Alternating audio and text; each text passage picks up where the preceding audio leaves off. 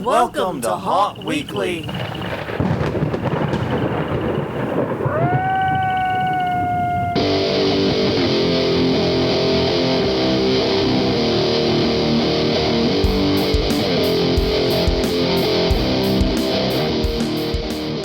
Hello, everyone. I'm Jonathan. I'm Crystal. And this is Haunt Weekly, a weekly podcast. We want to attract your entertainment community. Whether you're an actor, owner, or just plain aficionado, we aim to be a podcast for you.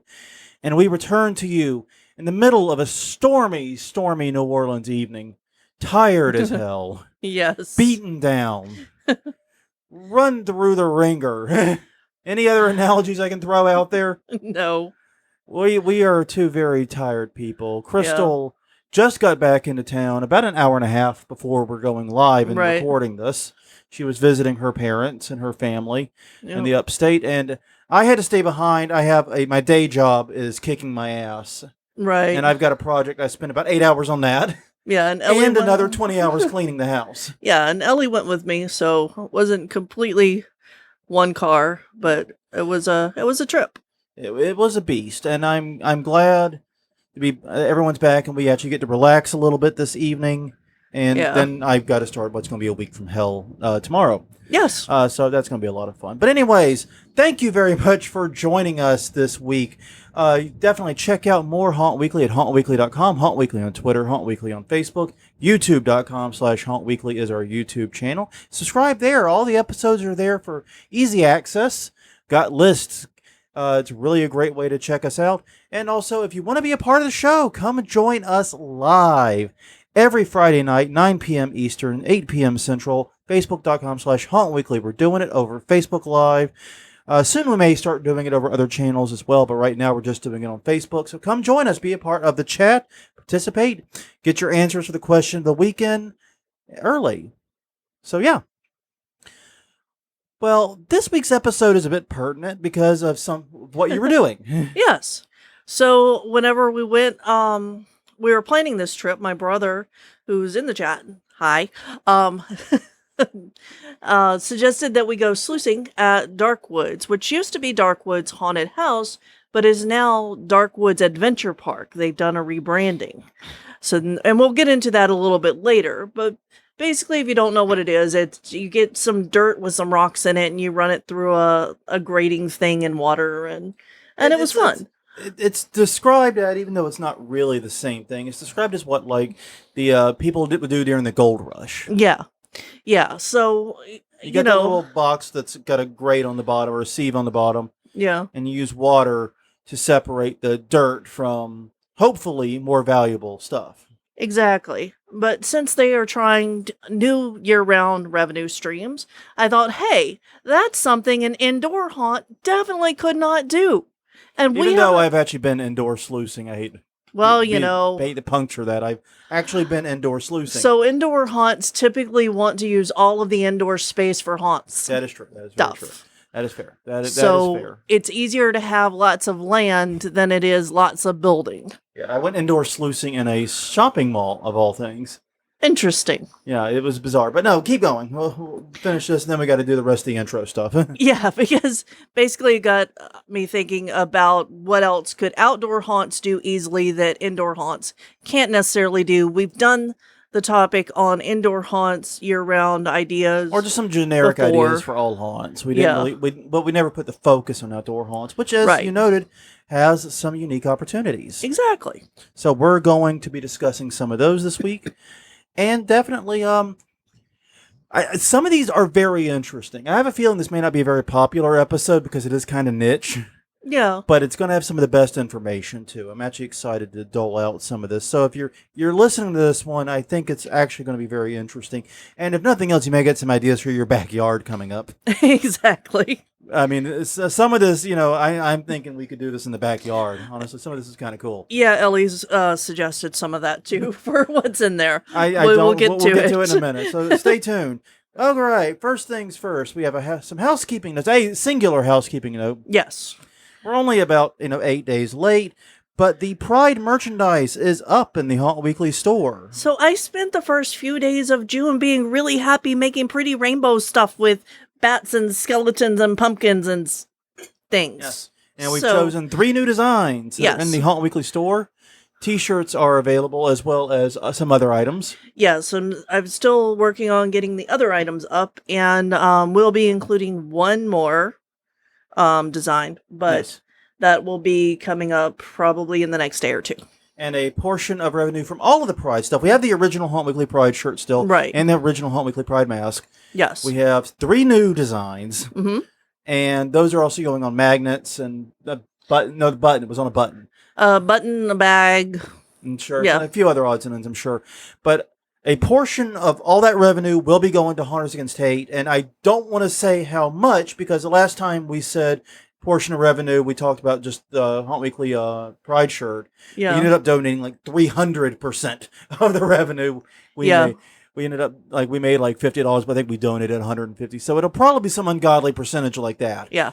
But I can't. I don't want to make that. I don't want to make a promise. I don't want to write a check my ass can't cash. Exactly. If y'all decide you really love these shirts, we might have to tone down the amount we give. Because like I said, last time we donated 300%. We tripled it.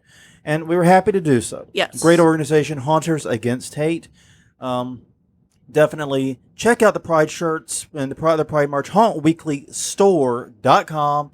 New section right at the top called Pride will take you to all of the Pride-related stuff we have. Get your rainbow on. Yeah. And last week's question of the week, I know this is usually your job, but look at us. Well. You're leading this episode anyway, so why the hell not? Yeah. Was what do you listen to when you create? I think the weirdest answer we got, or the one that took me off guard the most, was Derek Muehlberger's Silence. Absolute abject silence. It's like, so I understand that, because I can make sounds and things in my head that go with whatever I'm designing, but I also kind of like having not to add that element. I understand it when I'm writing. Yeah, definitely. When I'm writing, I have to have silence because I have to hear the words in my brain hole. Yeah. And if I'm listening to music, it collides, or watching videos, it collides with it. Mm-hmm. So, yeah, I understand with writing, but when I'm doing like haunt work and more physical creation, yeah, we have things we like to listen to. And the main thing there is a lot of creation, I find, is very brain dead activity. Like the actual coming up with the idea might be more brain active, but it's like idea creation is like 5%. The monotonous work is like 95%. It's something to help you carry you through that. Yeah. Like we can say, oh yeah, this room's going to be a laboratory or whatever. But the process of making it one involves a lot of painting panels and a lot of doing, and then a lot of stuff like that. That is pretty tedious, let's be honest with you. I mean, it's a painting panels. It's a roller and a flat wall. Yeah. When you get to the distressing part, it's not that exciting.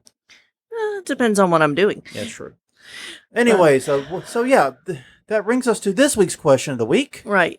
Which ties into our topic. So what is your favorite outdoor activity? We've already got a couple of questions coming in. Yeah, or a couple answers. answers. Yeah, I agree with Ellie though. I think my favorite's being indoors. No, no. Honestly, my favorite outdoor activity probably is.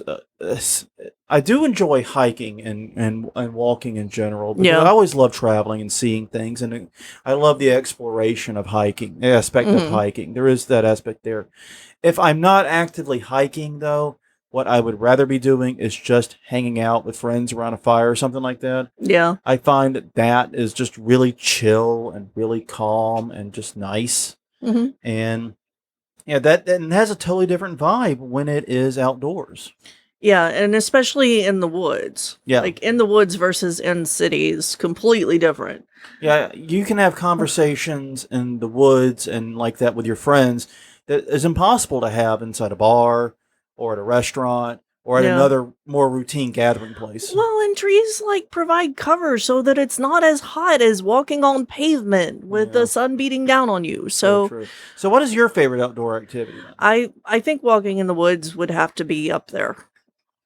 I really do love the exploration aspect of hiking, even if it's like a really well-defined trail. Mm-hmm. If I ain't seen it, it's exploration to me. Exactly. We did geocaching. And Geocaching is a great outdoor activity. Yeah, it is. And I'll tell you two things about geocaching. If you want to learn to convert meters and kilometers to, if you're in the United States and you want to learn meters and kilometers to the imperial system, that's one of the best ways to learn how to convert it in a hurry. Because geocaching pretty much exclusively uses meters and kilometers. Because it's all tied to GPS, which uses meters and kilometers. Yeah.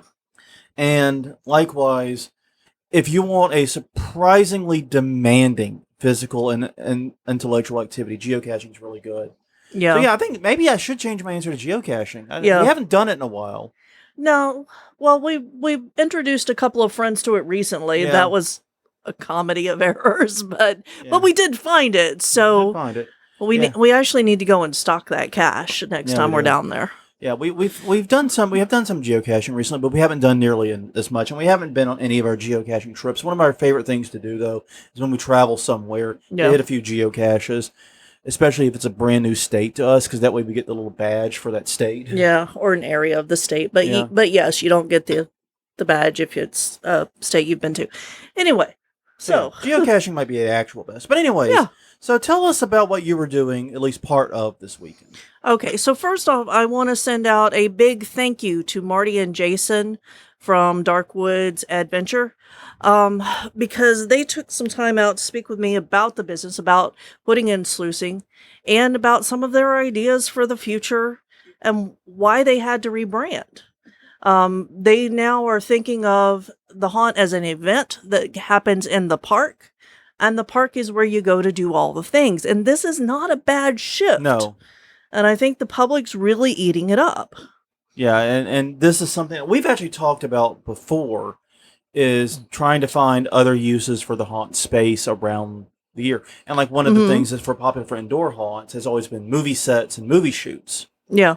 Because you have all these unique sets, then they can be lit better for a movie, for example, and that's one possible use. But an outdoor space provides a lot more flexibility than an indoor haunt, especially if you're not doing a knockdown. Yeah, exactly.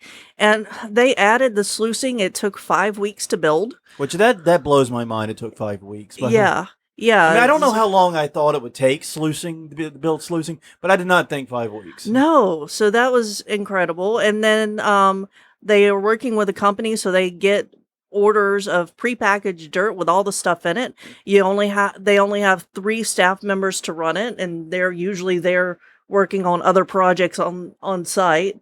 Marty is the daytime manager usually, from what I gathered, and Jason's running around working on all the rest of the stuff. But yeah, it's all ages. It's outdoors, so it's pandemic resistant if we ever get in that situation again. And even if we don't get in that situation, there's going to be reluctance for some time. Yeah. Of large indoor events. Yeah, and I saw people from, like 3-year-olds being carried in and doing the little water thing with their parents to older people. And that's kind of what they're targeting. And I really like that idea. They do a find of the week to help their social media promotion because they don't know what's in the bags. Since they get them shipped there, they have no idea. No. So my brother found 2 snails that were mating whenever they got fossilized. So he found 2 fucking snails. Yes, exactly. 2 snails fucking. Yes. Exactly. Good night, everybody. This podcast just ended early. Yeah. So no, it was really cool. And when like I said before the trip, it got me thinking about all of this. And what can you do outdoors? You can't do indoors. And the realization sort of sets in as you think about it that basically you have a lot more flexibility with an outdoor space. Yeah. Because with an indoor haunt, if you're not doing a knockdown, it's always a haunted house year round. Yeah. You really don't have anything you can do with that space that you can't do, like you can, isn't haunt, basically. You can open a Christmas event, a July 4th event, St. Patrick's Day event, whatever. You can open up all these events, but you can't go a totally different direction with it. Right. Now, a lot of indoor haunts actually have very large outdoor spaces, like 13th Gate, for example. They have their haunt. Right. But across the road, they have that very large outdoor space, which right now they have serving as a carnival environment. But previously it was an outdoor attraction known as Necropolis 13. And Who knows what it'll be next year? Only Dwayne knows, and Dwayne's mind is completely his own. Trust me. We all know that. Yeah. He's the only one that understands Dwayne. But then again, does anybody understand a haunter, really? I don't think anybody understands anyone else, period. That's probably true. But now we're getting into philosophy, and this is not Philosophy Weekly. It's not. Let's steer away from that stuff. That's getting too deep. I don't feel comfortable doing it. But yeah, no, the whole thing about the sluicing was, like I said, it's been around as an activity forever. I went sluicing once. Like I said, I talked about it briefly before we hit record. When I was, I think, 10 or 11, so 30 years ago. And basically, we went to a strip mall, or not a mall, it was an indoor mall, but it was a mall, and they'd set up sluicing indoor. And it was the same thing where you had the old-timey looking water river going. And you basically, like you said, prepackaged bags, dumped in your giant bucket, and you sit there and you sift through it. And it's a little bit of gambling. Yeah. A little bit of gambling high there. You're guaranteed to find something, but... Yeah, well, and they had 4 different sizes of bags. The largest one was around $35, I think. And it came with a guaranteed giant chunk of amethyst. Wow. And I actually bought a hand-sized chunk of amethyst home. I forgot to get out of the car to show you guys, but I'll post it on the Facebook later. We'll do it on the Facebook. Yep, exactly. But, it was pretty cool. And I found all sorts of other neat things. Yeah. And you were talking about how they have the Find of the Week and that's social media friendly. Yeah. This is an activity that's just made for social media in general. It is. You don't need to... You can do a Find of the Week's a great idea, don't get me wrong. Yeah. But people are going to post photos of what they find because, this is something that, like I said, if they find a giant chunk of amethyst, they're going to be posting on social media and tagging you. Oops, sorry. Yeah. I hit her in my arm. My gesticulating, I hit her. Yes. Sorry about that. That's okay. But regardless, so, it's made for social media in that regard. Yeah. So anyways, yeah, and you said, now, why do they feel the need to rebrand real fast? You touched on, you said it, but you didn't actually go into it. So they felt the need to rebrand so that the general public around them is not really thinking of it just for a place for a haunted house. Okay. So they're adding more park. The whole idea is to add more park and have the haunt be an event within the park. Yes. Okay. So that's why they're rebranding. And I don't think that that's a bad thing if you've got space even for an indoor haunt. Yeah, I don't know how large Darkwood is. Oh, they told me it's a lot of acres. It's a lot of acres. Yeah. The size of Darkwood is a lot of acres. Yes. It's official. Yes. I'm sorry. Well, it was a whirlwind. You've had a rough weekend. Let's just, and we've both had we're both brain dead right now. Yeah. So yeah, I cannot stress that enough. Or neither of us are at our peak here. But yeah, basically though, if you've got the acreage, if you've got enough acreage to have a true haunted trail of any length, Exactly. you probably have enough acreage to do a lot of different outdoor activities. Now, not all will work with the environment you're in. Right. Is one of the challenges you're going to face. Because, for example, if you have a densely wooded environment, some of these ideas aren't going to work. But if you have an empty field, some of these aren't going to work either. Yeah, and one of the things that they did was they're actually in the process of cutting down trees and clearing out land to put in more park things. That's what they did in order to put the sluicing in. And one of the things about that is, depending on the types of trees can be very valuable. Look at the price of lumber. No, we're not starting that conversation this week. Yeah, they're not building out the haunt a lot this year. They said because prices were too crazy. Well, and they previously cleared a lot of land because if I'm remembering Darkwoods right, it had a large camp feel to begin with. Yes. With a lot of the broad trails getting from A to B. Yes. Because they had 2 attractions when we went last. They had the indoor 3D haunt. Yes. Which was camp indoor. It was not. It was our favorite clown maze. It was good, but it was not like a building. It was a covered building. It was dark, but I don't think it was a full, like, I mean, maybe I I'm thought it wrong. was a metal building I that thought, they had yeah, I think decorated. I think you're right. I think it was a metal building. I think you're Yeah, right. but I honestly don't know because I didn't see it in the daytime because we were there at night for the haunted house. Yeah, true. And you didn't obviously go back there for the sluicing, I but they did had not. also a large queue line area for both. Uh-huh. So they've obviously done some clearing when they were just a haunted trail and a haunted attraction. Yeah. So they've done some clearing before, Yeah. but now they're clearing even more for these other activities. Yeah. And one of the things that they're doing is they're actually leaving their brochures and things in rest areas all around the state. And they're already getting people from 150 miles away on a regular basis, not to mention, people like me who are Yeah, I was about to over. point out you realize you travel 262 miles. Yeah.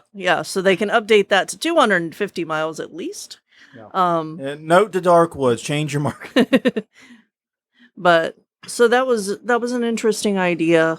Yeah. And that's once again if you're doing the year-round stuff like this, which is what we're getting into. Yeah. So, anyways, let's just jump into the actual meat of this podcast and start talking about ideas for year-round activities for an outdoor haunt. Okay, let's do it. Okay, so the first one you listed, and Crystal took the lead on the notes because she was the one that actually went sluicing. Unfortunately, like I said, I wasn't able to go. But the first one you listed was axe throwing. Yeah, and this actually comes from Darkwoods. Yeah. Something they told me that they were preparing for. Now, obviously, indoor haunts can do axe throwing. A lot of indoor haunts have started doing it. Yeah, we've done it once or twice indoors, but we've also done it at the Renaissance Fair. Yes.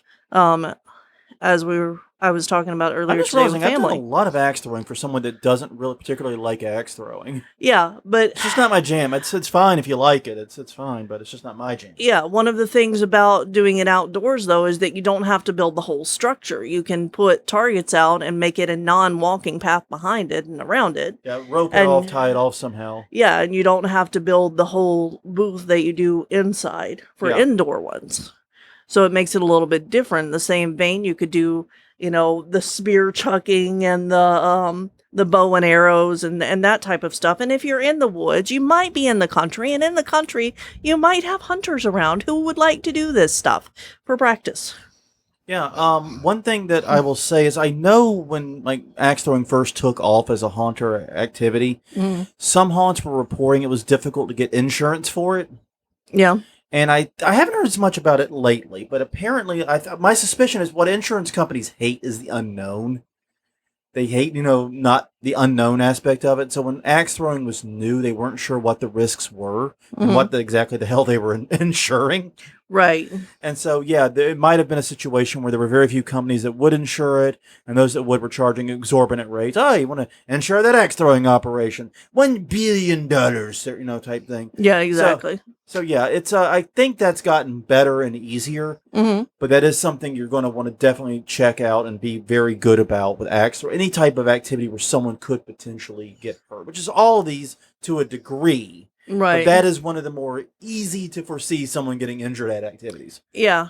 So the next one on our list, moving forward, nature walks with a guide, especially if you are near a college area and you can hire, one of the kids from the sciences to come out and talk about nature. Some of the biology majors. Exactly.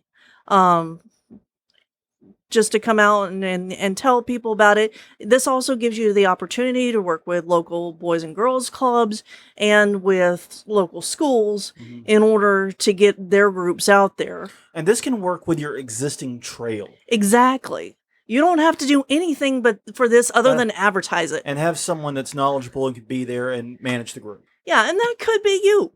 I mean, realistically... I don't know how much you know about plants. Exactly. You could know what's on your trail. All I know about plants is leave a 3, leave it be, leaves a 4, eat some more. Probably not actual advice. Do not actually listen to me for advice on plants. Yeah. Don't.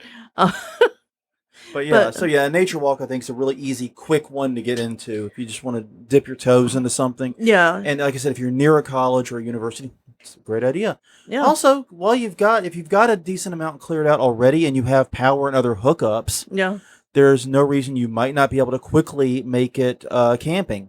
Yeah. Or RV parking / Yeah, and I mean, if you've got your parking lot is still fairly rough, it's basically a field surrounded by woods, that could be a camping area, Yeah. you know? And if you've already got sewage, water, and power hooked up to the Yeah, area, it might not be that difficult to hook those things up for RVs. Because exactly. that's what you're going to need to do RV parking. Hmm. And with camping, you have the option of doing it with or without the scares. Yeah, You can do special scare events for campers, yeah, or you can just, be a campground. exactly. Check out the insurances, check out what's required from a safety standpoint. Yeah. Obviously, that's not something we're very knowledgeable about. We've never done that. But Yeah, I did a very brief check, but I am not an expert on this at Mhm. all. But it looks like a lot of outdoor event spaces, no matter what type of event, if it's a haunted house or a campground, Mhm. get similar insurance. Okay. So your current insurance may if obviously check, but and may may already cover it. and it may only do it if you actually keep it active the rest of the year too. Oh yeah, that's A very lot of true. haunts only take out it, which I mean, obviously they only take out insurance when they're open. Yeah, That'd be stupid. yeah. But some insurance plans are just annual plans, and they Mhm. cover you 365, and that's just how they exist.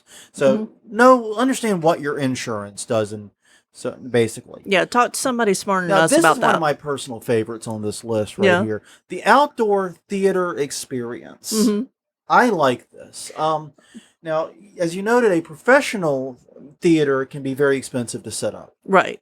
Yeah, it's gonna run 150, 250,000 for the special projector and the giant metal screen and all of the things. Yeah, it's a lot of money to set up like a drive-in style Yeah, experience. So that may not be. You may want to go with something that's more small and more intimate. exactly. Maybe something that has, anticipated a smaller audience, like maybe 50 to 100 people or something like that. Yeah. And to do that, you can basically get a large screen and projector to show movies, and those are fairly cheap. You can actually get inflatable screens. Hmm. We actually looked at it for our haunt a couple of times Yeah. as part of the yard display, but we opted against it. But it's something that's within our budget range to do. Yeah, exactly. You could easily get this started for well underneath the $5,000 mark. Um And just as far invite as people to bring their own chairs, bring your yeah. lawn chairs out, come hang out underneath the stars, Yeah. BYOB it maybe. Yeah, the library actually does a an outdoor theater screening, or at least they did, where you bring out your blankets and you bring your own beer and whatever else you want, Yep. drinks. But they do that for free, and then they sell, Mhm. concessions. Yeah. And yeah, so you may be able to do this very easily and cheaply, and Yeah. it can be a great Friday night, Saturday night activity. Especially if you show like cult favorites, like you do your Rocky Horrors, do your Repo the Genetic Operas, do Cannibal the Musical.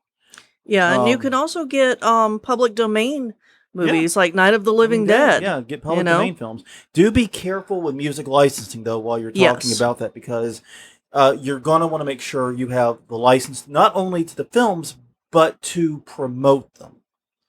And this is one of the thorns. Like we know someone who correctly licensed the films, but screwed up the marketing and actually got dinged for promoting incorrectly. There's two ways you can do this. If it's a free event, if you're Mhm. not taking tickets for the event, and you may be able to sell concessions. I would check with the license there. mplc.org. That's MP, like the letter M. M is in Marco? I forget. plc.org is an umbrella license for free events. Yeah. It's relatively affordable. It's just a great way to go if you're going to do free events. Basically, it's one license, all movies pretty much, with only very few title limitations, and you don't have to do any reporting. No. It's just great stuff. And you can still make money with free events. There are ways to make money with free events, so Mhm. don't lose sight of that. And the second is if you're going to sell tickets to it directly, funflix.com/movie-licensing directs you to, there's basically two overarching organizations, and it depends on what studio made the film, No. what you need to go to. So like with Rocky Horror, going back there, you'd have to go to Fox. Yeah. Fox controls Rocky Horror, for example. Mhm. And they will direct you to the organization to get the license, the public performance license for that film. Yeah. And tell you how much it's going to be and whatnot, and they'll help you out with that. So basically, get your licenses straight, obviously, but this can be a great way to get people there year-round, relatively cheaply, relatively easily. And especially if you have like a lightly covered area Mm-hmm. where if like a simple rain isn't going to interrupt it type thing. Yeah, tarps in the trees. Or tarps and trees, or even like a little, what's it called? A tabernacle area. Yeah. A little tabernacle area, that can work too. Yeah. Next up. All right, scavenger hunts. This is actually something that we're developing for a camp that I'm working with, and starts in a couple of weeks. And we are making a list of things that can be found in the park across from where I work. So make a list of the things that are found on your trail and have people go out and see who can find it the fastest. And in the age of cell phones, this is great because you can just take a photo of it. If it's something that they can't like grab and bring, Exactly. just take a picture of it. Bring me a picture of you with Exactly. You pointing at or you next to. Just make it like that. Or make it something that you hide, little tokens. Kind of like geocaching, but on your property. Yeah, exactly. Hide little tokens all the way down and give clues and like a reverse escape room now. Exactly. And the other thing you could do is you could look into something similar to the Hell's Gate Ghost Finder. Out and see who can find all the ghosts on your trail the fastest. That kind of thing. Yeah, you can also do bicycle and hiking trails. Yeah. That can be a little more difficult to make money from because there's a lot of free, those are often assumed to be free. Right. But you can sell water bottles, you can sell water, you can sell canteens, you can sell, things that go along with it. Even if it's just offering vending. Yeah. It can, like, you may not want to have someone there like all the time for it. It may not be worth that, but it may be worth setting up a vending machine for. Yeah, and there are and you might be surprised how cheap you can get vending machines, especially secondhand. Yeah, well, you don't want people to gain access to where your actual haunt is for this, but you could have them go off into an area you haven't developed yet. All right, a sculpture garden was another idea you listed. Yeah. But just, people like those. And once again, it's the same kind of problem where it's typically free to go to a sculpture garden, but the one in the city park is not free, the last I checked. Yeah, exactly. So oftentimes those are free, but sometimes they're not. Yeah, I would not expect it to be free just because you have to have staff working there and you're not a museum, like a state museum. Okay. All right. If you have a liquor license or a food license, think about getting bar games for rentals. This was actually Ellie's idea, was opening up more like a restaurant. And more like I want to say, from what I understand, more like what's it called? An event space. Have your company barbecue here. We'll sell the food, sell liquor, or whatever, right? Well, or like outdoor bar game sets like horseshoes, croquet, crokinole, and you could have people, rent it out like they do at some of the nerd bars. But have the games there. You provide the food and the liquor. Have them pay a small fee to rent it, and you have the games there for everyone to play and tables for them to hang out at. Yeah, I think we've got different ideas on this. Okay, well, you didn't make it clear in your notes, so yes. So, anyways, holiday activities. Yeah.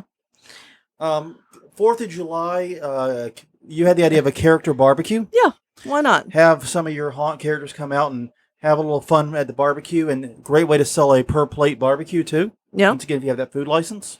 Yep, exactly. Hang Christmas lights and offer photos with Santa. Yeah, I'm always amazed at how swift business those Christmas villages seem to do, no matter how stupid they are. Yeah, well, and so a lot of haunts already have that camera with the screen, and they've put a lot of money into it. Yeah. Something that I talked about this weekend. To a holiday one with Santa and whatnot. Exactly. Just change the background and add the new character. Same with Easter. That's something that Darkwoods did, and it was one of their biggest events last year. Mm-hmm. They got a lot of people out. Valentine's Day dinners under the stars. If you've got that food license, use it. Yeah. And Easter, yeah, and you noted that in Darkwoods, for Easter and Christmas, they did similar things where they had people come out, Easter Bunny or Santa Claus, Yeah. come meet them, get your photo taken with them. How big is getting your photos taken with the Easter Bunny? It was big. I went and looked. It was big. I'm getting old because like Easter, in terms of like a kid's holiday, Uh-huh. was not a big deal for me growing up. Well, so they have an advantage of being the only Easter bunny in the area for like a long Well, way. everything out they're the only everything for a long way from Oh, where they there's are. a Santa on the river. That's still like 20 minutes away. Yeah. But anyway. I live in a city. I live with people. I had to go to the further away McDonald's this weekend, and it was like a mile drive, and it was just, No. you know, I couldn't even. Really? All right. Moving on. So, zipline adventures and treetop adventures type things. These are actually fairly cheap to start. They're Yeah, I was surprised by this. yeah, $2,000 to $3,000 is what I found, which is not bad at all. You will need to train workers, obviously, because you're going to have people high up in the air, and you don't want to get them, get dead. And also the insurance issues creep back in. They do creep back in, yes. But certification takes 2 weeks for a manager certification, which gives you the ability to train your employees, and the renewals every 4 years. Yeah, I was actually very surprised by how affordable this one could be. Yeah. Given, as you said, that it requires, so much high up work. But Yeah. installing it apparently and $2,000 to $3,000 to get started on this on the ground level. Hold events, hold training events there. Yeah. Hold training and hold family events there. And just be open during certain hours, especially during summer when the kids are all from school. Yeah. Consider just being open. They can come and pay whatever to go down a zip line. And if you put it near your queue line, because you want about 150 to 200 linear feet, so that the line can be set up, you can have your actors go over the heads of your customers or right by them during the haunt season whenever you're open. This is something that is not going to be good for a lot of locations because Right. it does have a lot of specific requirements. You need very specific kinds of trees Yeah. at a very specific height, Yeah. or at least a very specific height, I should Right. say. And you need, like you said, that clear line of sight between two trees. Mm-hmm. And it cannot be overgrown with branches and things. So, yeah, there are issues there. But if you have the right terrain and you have the right everything already there, Yeah. this could be a very easy startup. So and even in some cases, like just telephone poles can work. But obviously, going through a forest will be much more engaging than Right. going over an empty field. for But if you've example. got a field, use a field. Yeah. I But mean, use what you got. But obviously, play the hand you're dealt. But yeah, this one, if you have the right terrain and the right stuff there, yeah. I would seriously jump on this one. I do not see a lot of haunts doing this, No. and I think it's potentially brilliant. Mhm. So yeah, and like you said, I don't know how well that would work flying over the heads of people on a Yeah, zip line. over to the side, not over the head, because you do want the character to get to the ground. But Yeah, it could be fun though. I could see some fun here though. Yeah. There's a lot of interesting ideas here, and this is not something that I see a lot of haunts doing, even though they definitely should be. yeah, Also, you mentioned a mini golf course. Yeah. If you have 3/4 of an acre cleared, yes, this has to be cleared, obviously. mm-hmm. You can put in an 18-hole mini golf course for between 150 and 250K, and that includes putting in the power for it. Yeah. So if you've already got power on your land, that takes that out. Yeah. So, Now, the upkeep on it is not cheap, is what you Right. run into as the problem. I mean, this says it's between 40K to 70K. Mhm. That is steep upkeep. I'm not going to Yeah. lie to you. I did not realize mini golf had that high of an upkeep. I personally Mhm. thought you just put the fucker in, and other than occasional repairs, Yeah. putting the brick back, fixing the AstroTurf back down. Yeah. So the reason it's got that much upkeep is because that many people like playing it. And if you're in an area where you can't get it, then that might be something to consider. I grew up every summer going to Myrtle Beach, South Carolina, Mhm. which, to those that don't know, Myrtle Beach, South Carolina is considered the mini golf capital of the world. Yeah. for a very good fucking reason. Mm-hmm. Very good reason. You cannot drive down any like civilized part, and there's not many civilized parts of Myrtle Beach without driving in past or into mini golf courses regularly. Yeah. They are everywhere, and it's a wide variety and just absolutely crazy the types of courses there. But yeah, you could theoretically put in a mini golf course. You could do it haunt themed. It could not be haunt themed. Doesn't matter. Mm-hmm. But this is another activity that you can tack on to people, and it's a great outdoor activity. Yeah, and if you've got all those concessions going and everything else, Mm-hmm.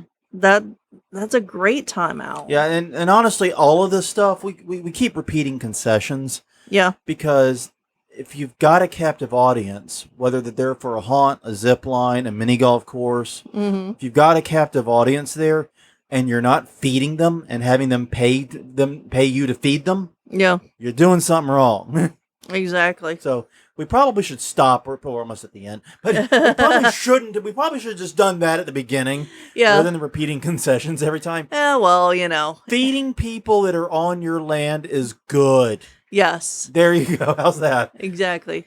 And keeping them hydrated too. Yes. One thing that I didn't put on here and I didn't get a chance to look up was batting cages, because I know that that's something we don't have in New Orleans, but it's probably it goes with like mini golf and Yeah. all of these other activities we're mentioning, and it doesn't take a lot of room. Yeah, I could see like a haunt having a mini golf course, a batting cage, and an axe throwing place all on the same property. Yeah. And just decorate it as a giant tent or something during the season if you want. Yeah. Or if not, just leave it It's as an it outdoor adventure park. Once again, adventure park, going back to that. Yeah. Exactly. So yeah. And the last one is the one that I'm pretty sure Ellie wants in the backyard. Yeah. And it's crazy. So whenever I am tired and trying to think of ideas, some of them are off the wall. This is an off the wall one. That actually kind of panned out amazingly. Yes. A lazy river. Now, hear me out. Yeah. I did not realize how reasonable these could be. You could get an 18-foot one, 18 by 33 by 52 inch one for $13,300 total.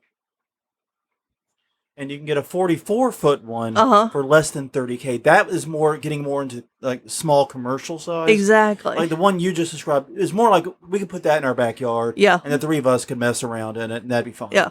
Exactly. But get it 44 feet. You're getting something that could be small commercial, and it goes up from there, obviously. But yeah, apparently a decent-sized lazy river is actually cheaper. Mm-hmm. Much to my surprise. Than a mini golf course. Yeah. I mean, and it's going to have less upkeep, too. Yeah. Yeah, it's cheaper than a mini golf course. And what was the other one we had that was like really expensive to start out with? I forgot. The professional projection. Yeah, the movie professional theater. projection. Yeah, the professional movie screen and all that. Mm-hmm. So yeah, apparently a lazy river is cheaper than those things. Yeah. And, that is definitely something I don't think I've seen at a haunted house. If you can think of a haunted house that has a lazy river for either during season or off season, let me know. I would love to hear about that. I'd love to ask them how it's doing. I would love to see like red lights lighting it with little skull floaties to float on. That would be adorable. And you could have a lot of fun with that. Yeah. You could Yeah, have I think a lot so. of fun. And the thing there is, once again, they're going to spend time there floating on it. You sell them tickets to it. They spend some time there. They hang out. They have lunch there. Yeah. You're going to make more than just the ticket price off them if you're offering those other services. Yes. And Victor Ruelas also mentioned that disc golf is a really big thing in their area. My dad is going to fucking kill me if he hears this podcast for not including disc golf. 'Cause my dad and my brother fucking love disc golf. I don't get it. You've never played it. I've never played it. I'm sure if we get over there, or when we get over there, they're going to torture me and laugh at how bad I am at disc golf. But yeah, I mean, that's something else that would be cheap to put in and get it out there. Yeah, it's also going to be a hard thing to make money from directly because most disc golf courses are free. Yeah. But if you can think of a way to do it, either selling tickets and access to the course, or selling instruction, or selling whatever, Mm-hmm. kudos to you, man. So Yeah. yeah, but yeah, no, it's not a terrible idea. Especially like I said, if you've got a ton of acres and Mm-hmm. you don't have, and like one of the things like with the mini golf course, I was thinking of is, Yeah. yeah, 18 holes is how much a real mini golf course is. But I've played 9-hole courses too. Yeah. Yeah. So that might be half You of the might be able to cost. cut that in half and half the cost, Yeah. and still have a unique attraction that may not be readily available elsewhere. Yeah, exactly. And there are there's also things like laser tag that we've seen at outdoor haunts. Yeah. And that's not a bad idea either. It's just not as accessible as some of the other ideas. Yeah, and laser tag is going to have high upkeep, and it's going to, frankly, I don't think it's going to be as popular in an outdoor place as an indoor place. I used to be a laser tag, a big time laser tag player. We'll just leave it there. Yeah. I had a ranking at one point in my life. Yeah. I was pretty goddamn good at it too. But I played in the woods. I've played those types of games. Honestly, I prefer playing indoors. Now, if you're going to do paintball, Mm-hmm. you're going to want to be outdoors. Right. And paintball is another thing we could mention. Yeah. But paintball is a whole big beast. And one of the reasons we didn't put it on this list is because it does require so much overhead. Yeah, and things are going to get damaged by paint. Yeah. Yeah, paintball, you need basically a separate place to set up paintball. Like I know Rise has paintball right next to it. Next door, yeah. Yeah, but it's literally a separate thing next door. Exactly. To it. It's a separate attraction owned by separate people, I believe. It's connected to them, but not. Mm-hmm. I don't know what the exact relationship is, but I know it's not Rise's course directly. They just heavily cross promote, which is cool. That's a good thing to do. Yeah. But yeah, it's such a bear from the insurance and the build standpoint and the upkeep that, yeah, that's practically its own thing. You're going to have to research that one separately. We were thinking more like, hey, we've got land. What can we do that's quick and easy to draw people in year round? Exactly. That is not paintball, but paintball is really cool. I got Yes. nothing against paintball. It's just such a bear to build and upkeep. Yeah. Exactly. Yeah. So, anyways, yeah, paintball's not a supplement. It's a whole other business, man. Whole other thing. Yeah. Anyways, so that's all we have this week. I'm curious though, your ideas for outdoor things that are quick, relatively cheap, ways in which people can get year-round revenue from an outdoor haunt, an outdoor space. Mm-hmm. And that's the thing. You've got a lot of outdoor haunts, and we've been to a lot of these that have a ton of acres Yeah. that sit relatively idle 10.5 months out of the year. Exactly. So what are some ways they can quickly and easily, without breaking the bank and without taking on too much extra risk, get a little year-round revenue? I'd love to hear your ideas. Mm-hmm. Reach out to us. Haunt Weekly at Twitter, Haunt Weekly at Facebook, hauntweekly.com. Of course, you can use the form there. Let us know. I'm curious what your ideas are. Okay. So we had some answers to the question of the week. What is your favorite outdoor activity? Crystal, let us know what the nice people said. As you had stated, Ellie's favorite outdoor activity is being indoors. Yeah. Um, That's not a shock. P. Blackie Blackwell says, aside from haunting, camping, and bike riding, which we included both of those, so yay. Victor Ruelas says, driving my side-by-side or camping. Also hosting Boy Scouts, Girl Scouts, Boys and Girls Clubs, campouts would be a good opportunity to get for the kids and get good PR for your business. Yeah. And once again, I mean, some of this may not be things you make money from directly, Yeah. but you are a member of the community. So act like it. Do things to support your community, Yep. including local youth groups and things like that. Exactly. Get out there and even if you don't make a dime from it, Yeah. if you might get it in the newspapers, but you'll definitely win some people's hearts and minds, and they will remember. Yeah. You might not think people will remember, but people remember. Yes. And Elliot Ramey said, sluicing. He loves it. Sluicing. You know, I've got to admit, I would not have thought of sluicing as an outdoor activity for a haunted house, haunted attraction myself. I got to admit that. That was very creative, very original. And here's the thing. with dark woods, they're talking about going in axe throwing. Mhm. Where they are, this isn't as big of a deal. Right. But like other haunts starting up axe throwing, you may already be entering a saturated market, and it may already be a trend that's kind of on the wane. I don't know. I mean, a lot of things are going to be trends. Axe throwing is going to be a trend for the most part. There will always be a base amount of people that just really love axe throwing. Yeah. Well, I mean, they've been at Renfest forever. Yeah, but that's just it. It's like you do that once a year. Yeah. And it's a special thing. As far as like recurring, regular income, and I think people do and seek out all the time. And also, we're doing axe throwing at Renfest because we're at Renfest. Yeah. We didn't go there for the axe throwing. Exactly. As far as being something that people actively seek out, it's going to be a trend with rises and falls. So, yeah, being creative. Sluicing is a great, very creative solution. I really like that idea. And we got some other great ones on this list. We do. So, do stuff that other haunts aren't doing. Be experimental. Get out there. Try things. Wreck your car. Live your life. Eat, pray, love. I have no idea. I think the body snatchers have come. I think I've had a hell of a weekend. Okay. But on that note, everyone, thank you very much for spending the past hour with us. We greatly appreciate you hanging out and enjoying us. And hopefully, if you have an outdoor haunt, maybe you got an idea or two. No. Something to at least investigate further. Yeah. I am Jonathan Bailey. This is Crystal Ramey. You can check out more of Haunt Weekly at hauntweekly.com, Haunt Weekly at Twitter, Haunt Weekly at Facebook, youtube.com/hauntweekly is the YouTube channel. You can also catch us live every Friday night, 9 p.m. Eastern, 8 p.m. Sunday night. I keep saying Sunday. I have said Friday so many times. I know. And I don't know why. I don't know either. It is Sunday, 9 p.m. Eastern, 8 p.m. Central. Rest of your time zones, you're going to have to figure out in your own goddamn self. Come join us, facebook.com/hauntweekly. We'd love to have you live. Participate in the chat. Be a part of the podcast. Mm-hmm. It means a lot to have you here joining us live. But until next time, I'm Jonathan. I'm Crystal. And we will see you all next week.